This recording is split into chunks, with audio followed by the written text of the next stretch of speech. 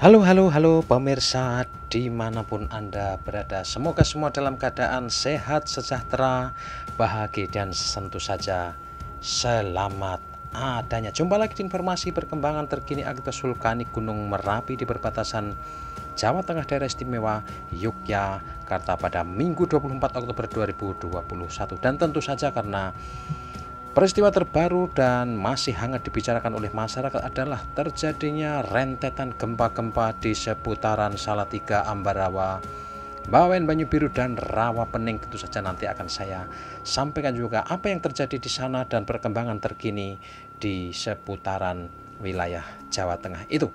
Nah, kita akan lebih dulu menyampaikan apa yang terjadi di Gunung Merapi sepanjang 6 jam terakhir, dimulai dari pukul 00.00 hingga 06 waktu Indonesia bagian Barat. Dan seperti hari-hari sebelumnya, maka aktivitas masih didominasi oleh gempa guguran ya, berdasarkan data pengamatan dan laporan yang disampaikan oleh BPTKG Yogyakarta. Laporan disusun oleh Yulianto di Pos Babadan. Maka sepanjang 6 jam terakhir ini tercatat terjadi 38 kali gempa guguran, masih cukup tinggi dengan maksimal durasinya 122 detik.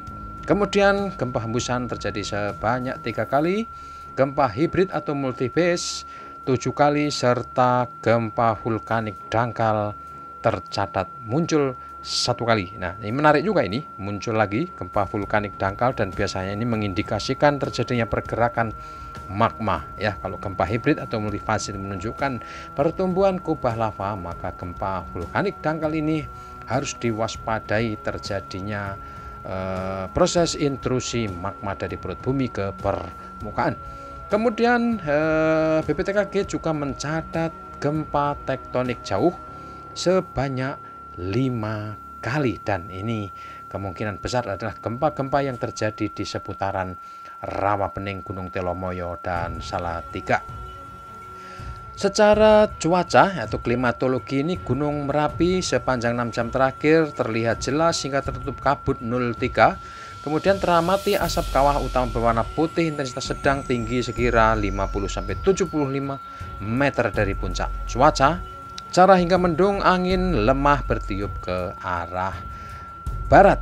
Nah, untuk rekomendasi belum ada perubahan. Radius bahaya utama ada di 3 km menuju ke Kaliworo dan 5 km yang menuju ke hulu Sungai Gendol, Kali Kuning, Kali Boyong, Bedok, Rasak, Bebeng, dan Kali Putih di wilayah Serumbung Kabupaten Magelang. Jadi di radius itu maka masyarakat diminta untuk tidak melakukan aktivitas apapun termasuk penambangan dan wisata. Status siaga Merapi ini sudah berlangsung hampir 1 tahun, mendekati 1 tahun sejak ditetapkan pada 5 November 2020.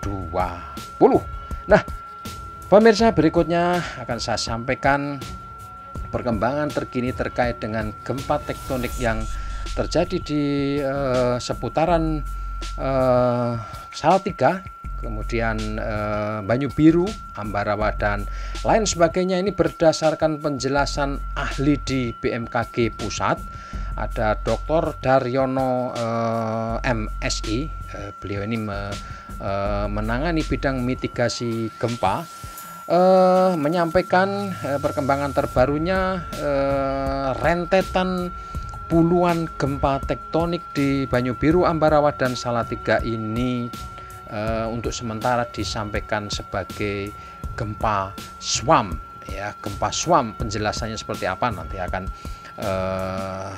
disusulkan berikutnya. Dan ini menarik karena gempa SWAM itu biasanya itu muncul bersamaan dengan dimulainya aktivitas vulkanis gunung berapi. Nah, apakah gempa-gempa, rentetan gempa-gempa yang jumlahnya puluhan kali di seputaran Rawapening dirasakan di Salatiga, Ambarawa, Bawen, Banyubiru ini terkait dengan aktivitas vulkanik, ataukah seperti yang diinformasikan awal bahwa gempa-gempa tektonik dangkal yang berada pada jarak yang cukup dangkal di bawah 10 km Ini adalah akibat dari aktifnya sesar Merapi Merbabu Telomoyo ataukah apa? Nah, penjelasan pertama dari Pak Daryono ini yang dari BMKG ini memang menunjukkan bahwa gempa Schwam ini memang diindikasikan dari rentetan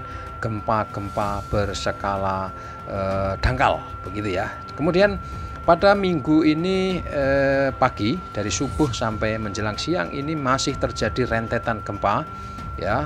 Pada pukul 05.57 WIB ini ada 4 rentetan gempa yang dirasakan mengguncang Banyu Biru dan Ambarawa bermagnitudo antara 3,4, 2,3, 2,3 dan 2,2 skala Richter ya. Menurut Pak Daryono inilah karakter gempa Schwam ya. Jadi gempa Schwam itu apa?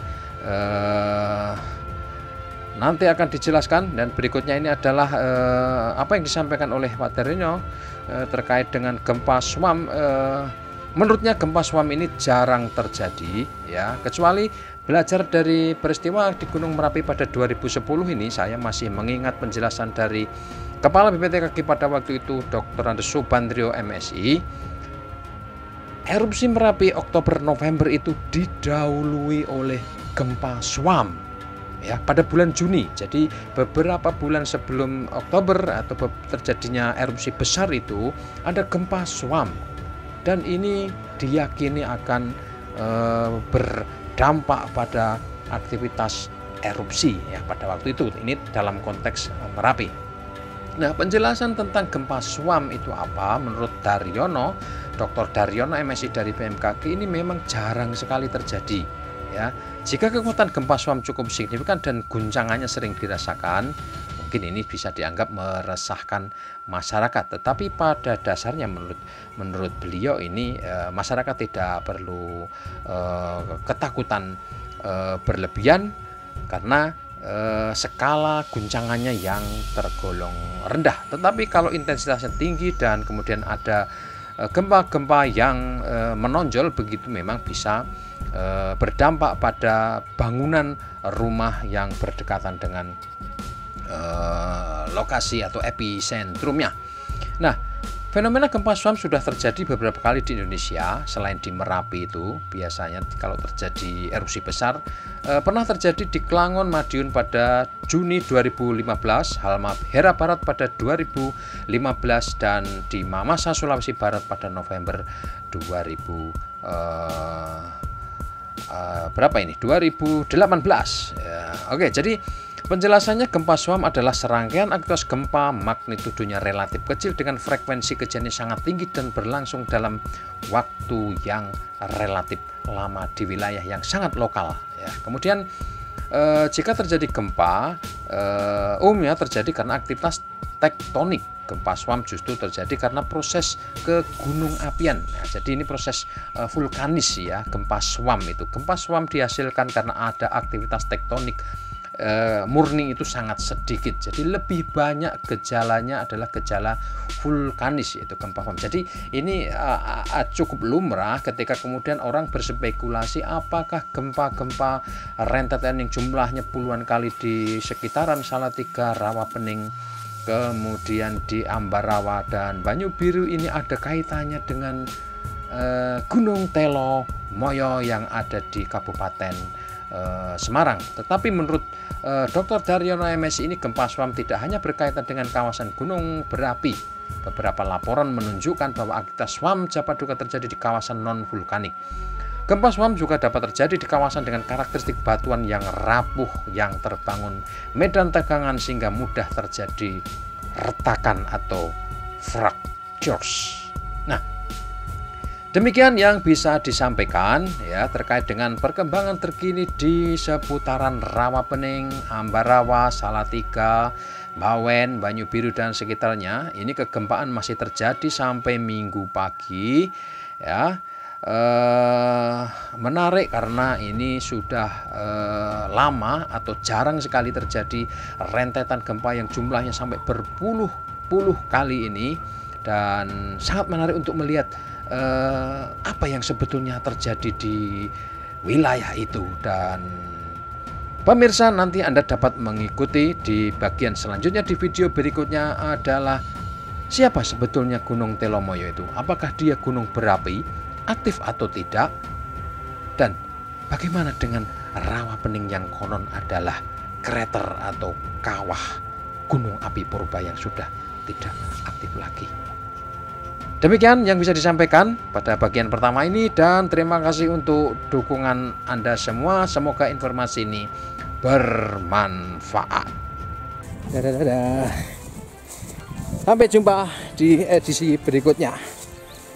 Jangan lupa like, komen, dan subscribe.